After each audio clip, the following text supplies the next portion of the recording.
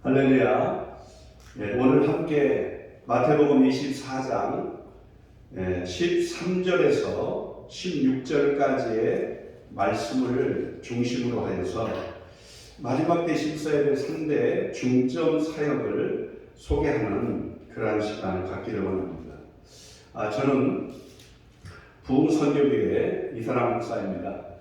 오늘 본문의 말씀은 마태복음 24장의 전체 내용 가운데에서 가장 3대 중점 사역이라고 할 만한 세 가지의 그러한 중요한 징조들에 대해서 설명하고 있습니다. 우리는 이제 마태복음 24장이 두 가지의 예언적 의미가 있다는 걸 이해합니다. 첫째는 예수님께서 제자들에게 하신 그러한 말씀의 내용이 AD 70년에 로마의 디도 장군에 의해서 성전의 돌 위에 돈 하나 남지 않도록 다 무너뜨려지겠다고 말씀하신 예언의 말씀이 성취된 내용이 하나가 있고요.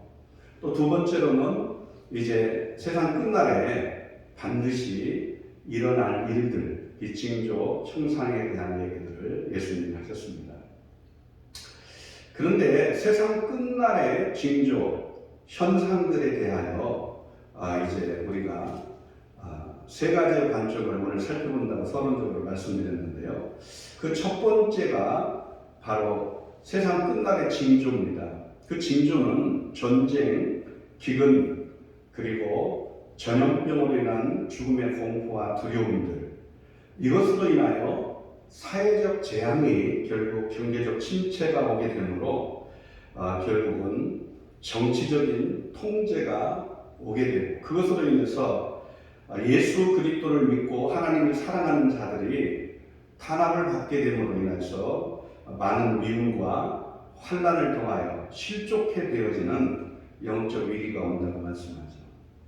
그래서 이 실족해 되어지는 일들이 결과적으로 영적인 위기라고 말씀드리는 이유가 뭐냐면, 그 실족이 무엇 때문에 오게 됩니까? 바로 크게 두 가지로 얘기합니다. 하나는 바로 외부적 환난이죠. 이러한 사회적 제한으로 인한 경제적 침체 때문에 정치적인 통제가 오므로 인해서 종교적 탄압, 그 가운데 특별히 기독교의 탄압이 오기 때문에 외부적인 환난을 통하여 많은 사람들이 예수의 이름으로 미움을 받게 되고, 그리고 고통을 받기 때문에 실족해 된다는 거죠. 또 하나가 있습니다. 내부적으로 바로 교회 안에서 일어나고 있는 중요한 사건이 바로 거짓 선지자의 잘못된 성경 해석에 대한 그러한 방법들로 인해서 영적인 합리화에 빠지게 된다는 겁니다. 우리는 이제 21세기라고 하는 이 시대 속에서 2000년도 이제 들어서면서부터 경제적인 부분이 많이 이제 부흥이 되기도 했지만, 또 하나가 있죠. 영적으로 어찌 보면은 육신적인 안일함과 편안함을 추구하는 그러한 육신 중심의 신앙생활로 치달을 수 있는 그러한 위험한 상황이기도 합니다. 그런데 이런 가운데에서 영적인 합리화는 결국 교회 안에 있는 많은 거짓 선지자들의 잘못된 성경 해석을 통해서 하나님을 사랑하는 마음이 결국 세상에 있는 것들을 더 사랑하게 되므로 그 사랑이 식어지는 상황이 된다는 겁니다. 그래함으로 인해서 세상 끝날의 징조들이 외부적 환경에 대한 여러 가지 어려움만이 아니라 결국은 많은 그리스도인들의 영적 위기로 다가옴으로 인해서 불법이 성해지고 사랑이 식어지게 되는 그러한 위기가 온다는 거죠. 자, 이럴 때에 마태복음 24장 13절의 말씀은 이렇게 말합니다. 그러나 끝까지 견디는 자는 구원을 얻으리라. 오늘 이 예수님이 하신 세상 끝날의 징조 현상들이 이러이러한 것들이 있을 텐데, 이러한 것들로 인하여 외부적 환난과 예수 이름 때문에 받는 미움과 영적 위기로 인해서 결국 영적 합리화에 빠져 위기가 와서 하나님의 사랑이 식어지게 될 때 오늘 우리는 오히려 깨어서 끝까지 견디는 신앙을 가지고 끝까지 믿음으로 하나님이 허락하신 이 구원의 은총에 감사하며 달려갈 수 있는 마지막 주님 앞에 설 수 있는 믿음의 승리가 있어야 할 줄로 믿습니다. 두 번째로는 오늘 14절에 말씀하고 있는 이 천국 복음이 모든 민족에게 증거되어야 끝이 온다고 하는 이 말씀을 토대로 하여서 지금 예수 그리스도의 이러한 오심을 통하여 이 땅 가운데에 선포되어진 천국 복음, 이 복음을 그의 제자들이 성령의 권능을 받아서 증거하기 시작했는데요. 이러한 복음의 시작과 진행 과정이 전 세계적으로 어떻게 전파되어져 가고 있는지 이러한 상황들을 우리가 한번 살펴볼 필요가 있다는 겁니다. 그래서 이 3대 중점 사역이라고 할 수 있는 이 두 번째의 그러한 사역이라고 하는 것이 세계 복음화에 대한 그러한 진행 과정과 끝이 언제쯤 올 것인지를 복음의 관점에서 포커스를 맞춰서 한 번쯤 우리가 살펴봐야 모든 그리스도인들이 아무리 많은 그러한 환난과 위기가 와도 그리고 수없이 많은 육신적 안일함 속에 빠져 하나님의 사랑이 식어질 수밖에 없는 그러한 상황 가운데 있을지라도 이 복음을 향한 우리의 이 사명이 다시 한번 회복되고 이 사명을 감당하고자 하는 사명감들이 정말 우리 가운데 충만하게 회복되고 그러기 위해서는 무엇보다도 우리가 복음을 위한 분명한 헌신들이 이루어져야 한다는 것입니다. 이 천국 복음은 예수 그리스도를 중심으로 하여 시작이 됐다고 하는 것은 다 알고 있는 거죠. 구약 성경이 말하고 있는 이 모세오경을 통하여 5대 대사 7대 절기를 예표함으로 그리스도가 이 땅에 오셔서 하실 대속사역을 잘 보여주고 있어요. 또 그런가 하면은 선지자들을 통하여 예언하신 그 내용이 바로 이 땅에 기름 부어 보내신 구세주로 오실 예수 그리스도의 그러한 탄생과 그리고 십자가의 대속의 제물이 되어 죽으시고 3일 만에 부활하고 승천하셔서 성령을 보내주셔서 택한 자 10명 가운데 어떻게 함께하고 마지막 끝날에 바로 예비된 상을 가지고 다시 오실 것인지 이러한 예수 그리스도의 공적인 생애에 대하여 선지서들을 통해서는 잘 예언해 놓고 있습니다. 구약 성경의 모세오경이나 또 역사서, 시가서, 더 나아가 예언서에서 이야기하고 있는 것이 다 예수 그리스도에 대하여 참으로 소개하고 있는 것이라고 말씀하고 있죠. 그래서 예수 그리스도가 이 땅에 오셔서 하실 이 모든 대속사역을 구약에서 예표하고 예언한 것처럼 예수 그리스도는 이 땅에 오셨고 아브라함과 다윗의 후손으로 이 땅에 오셔서 그 성경에 예언한 대로 성취하셨고 그 놀라운 일들을 택한 자에게 위임하시고 그것을 감당하도록 예수 그리스도의 증인의 사명을 감당하도록 그에게 성령의 권능을 허락하셨습니다. 이런 성령의 권능을 받은 자들이 결국 이 땅 가운데에서 해야 할 주된 사명이 무엇이냐?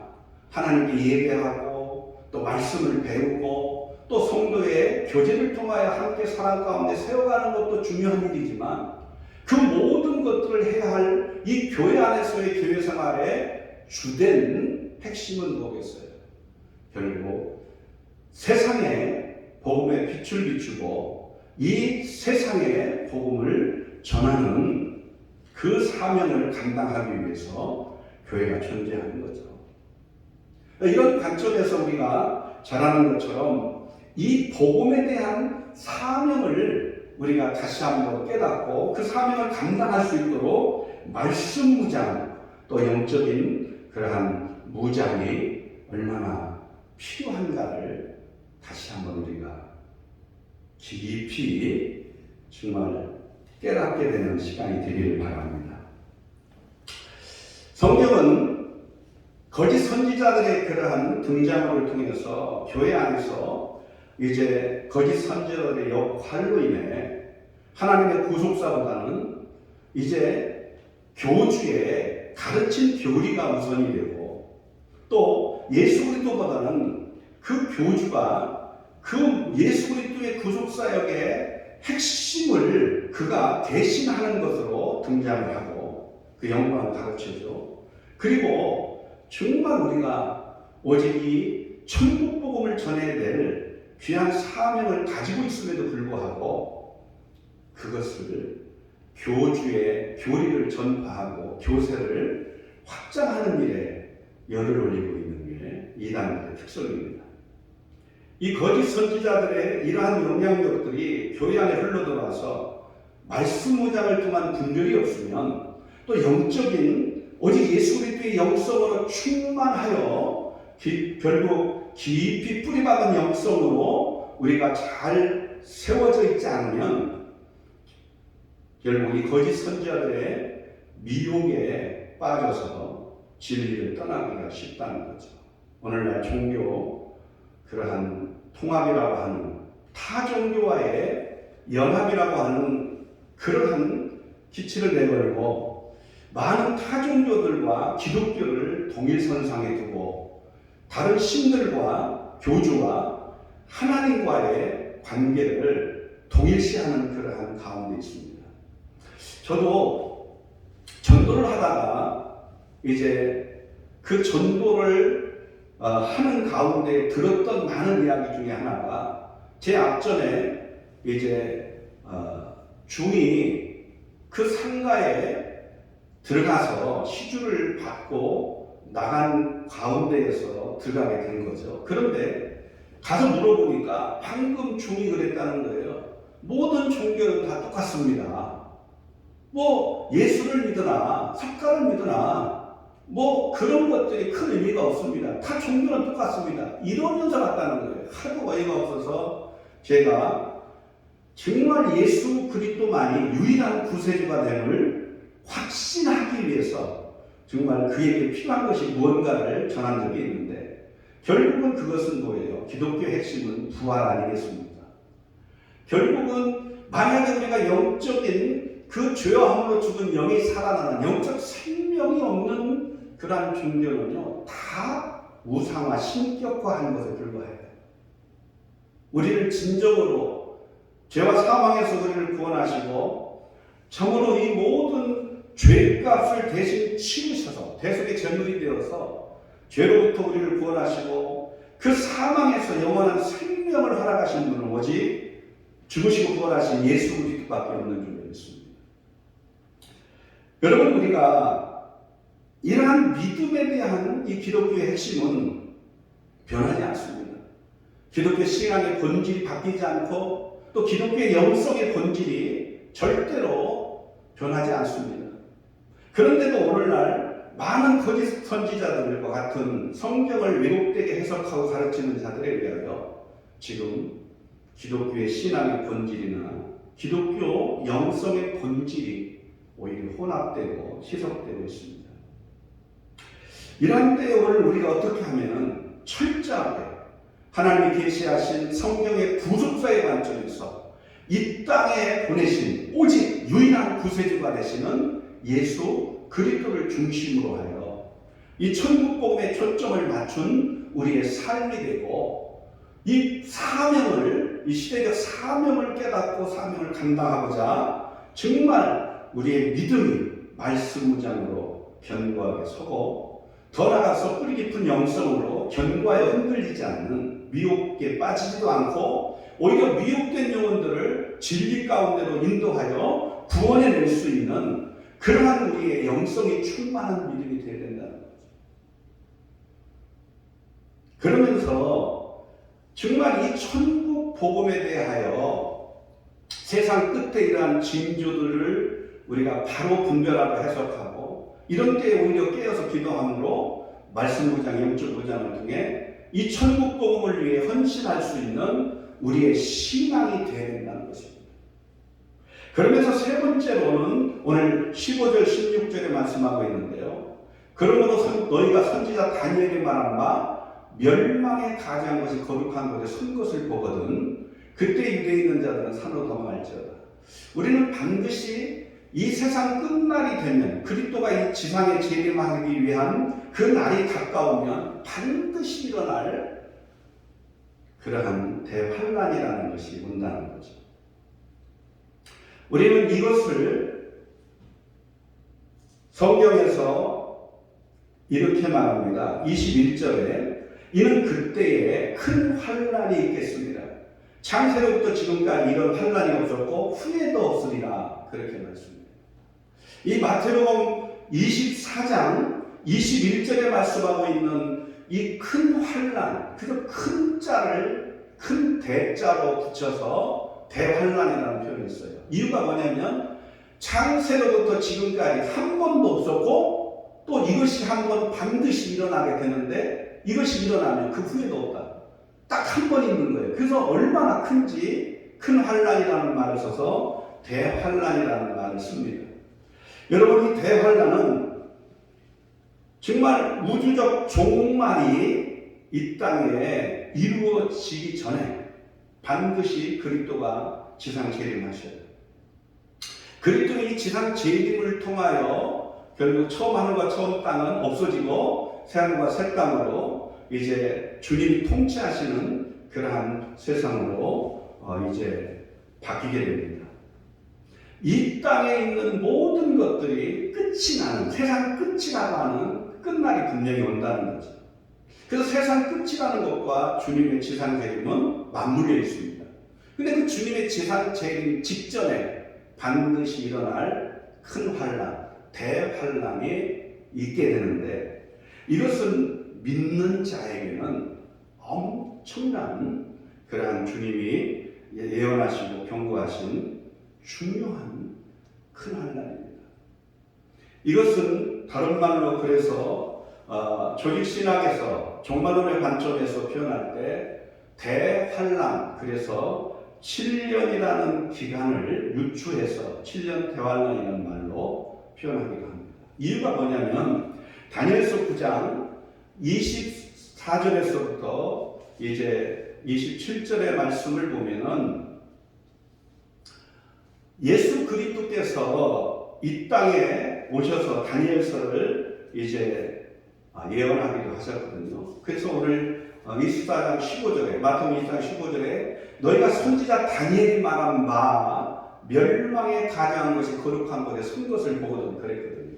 그래서 이 선지자 다니엘이 한 말씀을 인용하여서 예수님이 하신 이 말씀을 토대로 살펴보면 결국 이제 예수님께서 다니엘을 통하여 하신 말씀을 인정하시고 그걸 인용하여서 지금 설명하고 있습니다.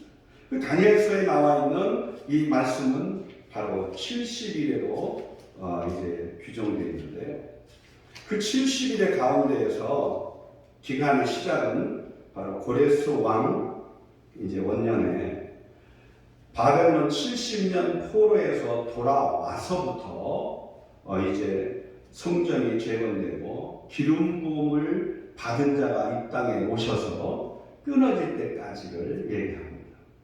그래서 성전이 이제 재건되어지고 그리스도가 이 땅에 오셔서 이제 죽으신 그리스도의 죽음에 대한 부분까지를 이제 70일 가운데 69일에로 그렇게 역사 속에서 정리를 하고요. 또 남은 한 일에 70일 가운데 69일에는 통치가 됐지만 남은 한 일에는 이제 유대인들의 역사에는 성전 중심의 역사이기 때문에 그 성전이 AD 70년에 무너진 채 제3의 성전이 건축되지 않고 이제 오순절 성령이 내리시고 이방인 교회에 그러한 복음을 전하는 시대가 진행이 되면서 이방인 가운데 온 세상에 복음이 전파되어서 모든 민족에게 복음이 증거되어 이방인의 충만한 자의 수가 차면 결국 미루어졌던 70일 중에 남은 한미래가 제3의 성전이 건축되며 시작이 될 거라는 겁니다. 이러한 놀라운 역사 속에서 결국 제3의 성전을 기점으로 하여 이제 시작되어질 남은 한미래, 이것을 7년으로 보고, 그 7년은 전 3년 반, 후 3년 반으로도 구분하기도 합니다. 이러한 7년의 시간을 70일 가운데 남은 한미래로 이렇게 규정을 하면서 창세 이후에 큰 환란이기 때문에 큰 대자를 써서 7년 대환란이 그리스도의 지상 재림 직전에 일어날 것을 말씀하고 있습니다. 자, 이런 가운데 우리가 마지막 때에 일어날 일들을 기록하고 있는 요한계시록은 7 교회를 향하여 이제 마지막 때에 그리스도의 지상 재림을 앞두고 일어날 7년 대환란의 역사를 잘 설명해 주고 있습니다. 그래서 계시록 2장 3장에 7 교회에 주님이 이제 말씀하시고, 때로는 칭찬도, 때로는 책망도, 때로는 이제 회개를 촉구하면서 다시금 언약하신, 약속하신 내용이 있는데, 그것이 이기는 자가 될 때에 예비한 상을 가지고 와서 상을 주겠다고 얘기하죠. 근데 7 교회의 특징은 이제 다음 시간에 살펴보기로 하고요. 7 교회에 주님이 2장 3장에 말씀하시고, 그리고 7 교회를 향하여 사도 요한이 보고 들은 것을 기록하여 전하라고 한 거거든요. 그래서 4장부터 이제 우리가 19장까지 그리스도의 지상 재림이 오기 전까지가 사도 요한이 보았던 7인, 7 나팔, 7 대접 심판에 대한 내용들이 전개되는 것을 설명하고 있어요. 여러분, 요한계시록이 믿지 않는 세상의 심판에만 포커스가 되어 있을까요?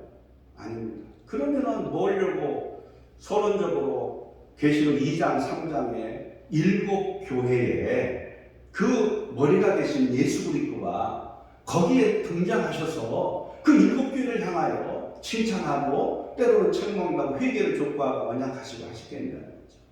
그래서 핵심은 교회에 포커스가 되어 있다는 거예요. 이유가 뭡니까? 예수 그리스도는 다시 오실 예수 그리스도는 신랑으로 비유되고 있고, 7 교회만이 아니라 이 지구상의 땅끝까지 복음이 증거되고 그런 택한 자들이 복음을 듣고 나와 정말 구원하심의 하나님과 어린이 함께 있다고 그 보좌 앞에서 그 하나님을 경배하는 그날이 올 때까지 이 땅에 세워진 교회가 정말 주님의 거룩한 신부된 교회라고 얘기하고 있어요.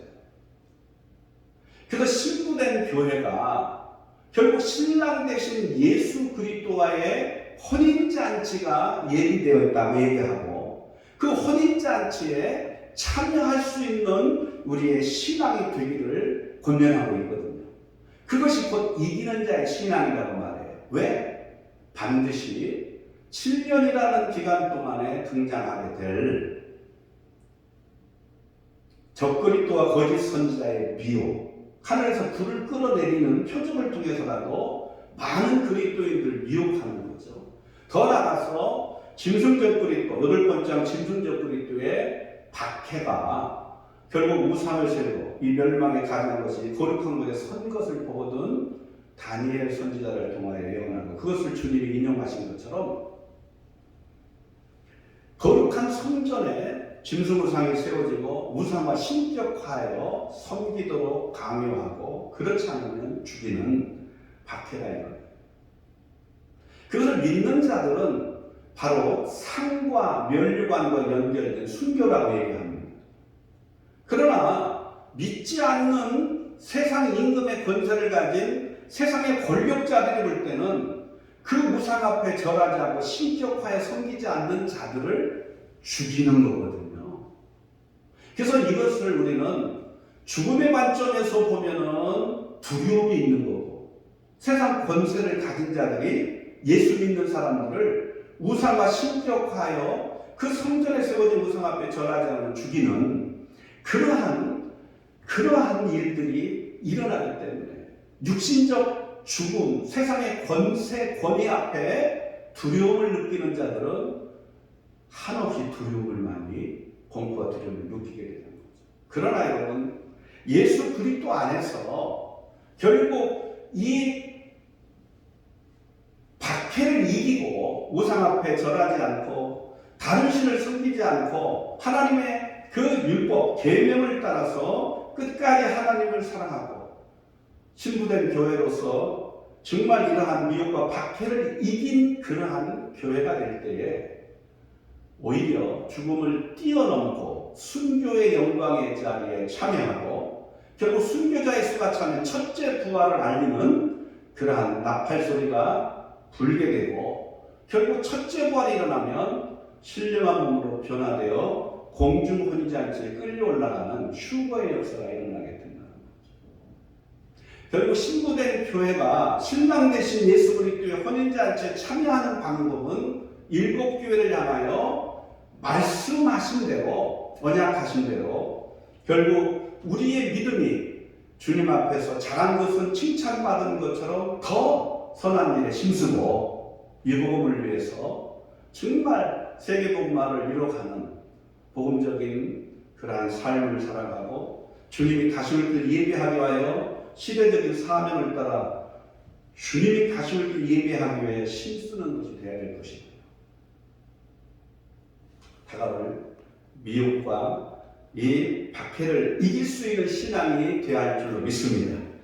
자, 오늘 이제 첫 번째 시간에는 이렇게 마태복음 24장에 있는 말씀의 내용 가운데 13절부터 15절까지의 큰 세 가지의 그러한 세상 끝날의 징조라고 하는 세 가지의 것들을 개론적으로 살펴보면서 이것을 토대로 해서 우리가 마지막 때에 징조들을, 현상들을 성경적으로 바르게 해석하고 분별하고 이제 우리가 오히려 깨어서 기도하고 말씀 무장, 영적인 무장을 통해 천국 복음을 땅끝까지 증거하는 세계 복음에 동참하고 그리고 다가올 대환란을 이길 수 있는 순교 신앙을 무장해야 될 필요성, 이 3대 중점 사역에 대한 개요들을 설명했습니다. 다음 시간에는 구체적으로 이러한 세계 복음화의 진행 과정과 그리고 그 일에 우리가 어떻게 동참해야 될 것인지 이런 것들을 소개하고